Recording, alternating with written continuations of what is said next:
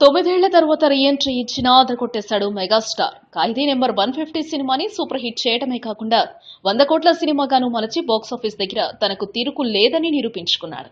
ఇప్పుడు అందరి కళ్ళు 151వ సినిమాగా వస్తున్న ఉయ్యాలవాడ నరసింహారెడ్డి పైనే. ఇప్పటికే ఈ సినిమా సెట్స్ పైకి వెళ్లాల్సిందే. అయితే స్క్రిప్ట్ విషయంలోనూ నటీనటులు ఇతర సాంకేతిక నిపుణుల విషయంలో చిత్ర బృందం చేస్తున్న కసరత్తులు ముగియకపోవడంతో ఆలస్యమవుతోంది. అన్నట్టు ఈ సినిమా కోసం ముందుగా 100 కోట్ల బడ్జెట్ కేటాయించారు. అయితే ఇప్పుడు ఆ బడ్జెట్ మరింతగా పెరిగిందట.